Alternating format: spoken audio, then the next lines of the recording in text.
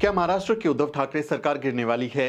ये सवाल इसलिए उठ रहा है क्योंकि महाराष्ट्र में सोमवार को हुए एमएलसी चुनाव में बीजेपी ने शिवसेना, एनसीपी और कांग्रेस के हाथ से जीत छीन ली और इन तीनों पार्टियों की गठबंधन सरकार को जबरदस्त झटका दे दिया।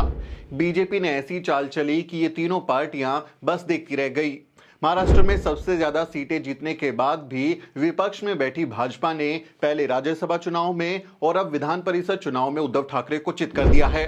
कांग्रेस एनसीपी के साथ मिलकर सरकार चला रही शिवसेना को भाजपा ने तगड़ा झटका देते हुए 10 में से 5 सीटें जीत ली हैं, जबकि उसके पास केवल 4 सीटें जीतने के लिए ही उतने ही वोट थे कि वो सिर्फ 4 सीटें जीत सके, लेकिन वो 5वीं सीट भी जीतने में कामयाब रहे। कांग्रेस को केवल 1 सीट मिली और एनसीपी शिवसेना की झोली में 2-2 सीटें ही आई। कल एमएलसी चुनाव में भाजपा को कुल 134 वोट मिले।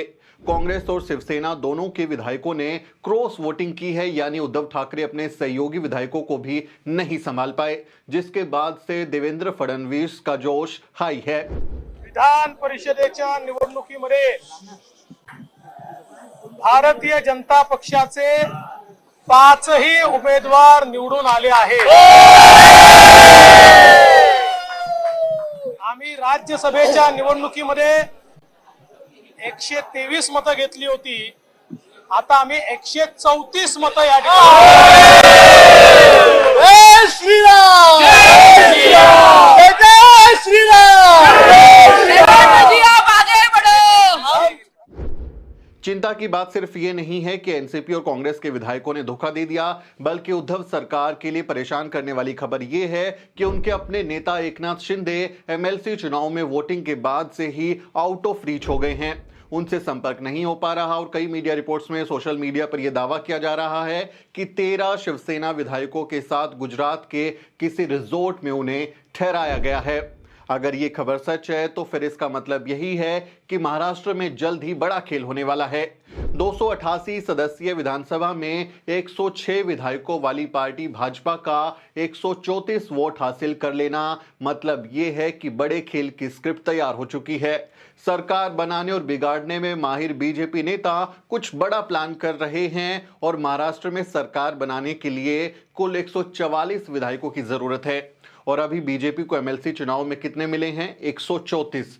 अगर बीजेपी सिर्फ 10 और विधायकों को तोड़ने में कामयाब हो जाती है, उन्हें डराकर ईडी, सीबीआई या इस तरह का दुरुपयोग करके या फिर पैसे का लालच देकर अगर इस तरह का माहौल बनता है कि 10 और विधायक जो हैं वो बीजेपी के पाले में आ जाते हैं, तो फिर महाराष्ट्र में देवेंद्र फडणवीस मुख्यमंत्री बन सकते हैं। कुल मिलाकर एमएलसी चुनाव नतीजों ने महाराष्ट्र में आने वाले सियासी संकट की ओर इशारा कर दिया है कि उद्धव ठाकरे सरकार कभी भी गिर सकती है। इससे पहले 10 जून को राज्यसभा चुनाव हुए थे, उसमें भी बीजेपी ने बाजी मार ली थी और अब विधान परिषद चुनाव ने तो साफ कर दिया कि शिवसेना, कांग्रेस और एनसीपी नेता अपने विधायकों तक को संभालने में नाकाम हैं और आने वाले दिनों में वहां कुछ भी हो सकता है। पिछली बार देवेंद्र फडणवीस ने एनसीपी के अजीत पवार के साथ मिलकर अंधेरे में शपथ ले ली थी। सुबह सुबह जब लोग उठे थे तो पता चला था कि उन्होंने शपथ ले ली, लेकिन शरद पवार ने अमित शाह की रणनीति को फेल कर दिया था। अजीत को उन्होंने वापस बुला लिया और फिर कांग्रेस, एनसीपी और शिवसेना ने मिलकर सरकार बना ली थी। लेकिन ताजा हालात देखते हुए तो यही लग रहा है कि अब पासा कभी भी पलट सकता है। आपका इस बारे में क्या सोचना है? आपकी क्या राय है कि क्या महाराष्ट्र में उद्धव ठाकरे सरकार गिर जाएगी? क्या बीजेपी फिर से एक बार जनता का जो जनादेश है उसकी चोरी कर लेगी साम दाम दंड भेद के जरिए? आपका इस बारे में क्या सोचना है? कमेंट में जरूर लिखें।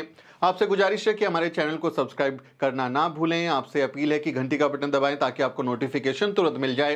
मेरा नाम सुमित चौहान है और इस वीडियो स्टोरी में मेरी मदद कर रहे हैं मेरे सहयोगी मोहित। अगले किसी वीडियो में मुलाकात होगी दोस्तों, तब तक आप देखते रहिए द न्यूज़ वीक।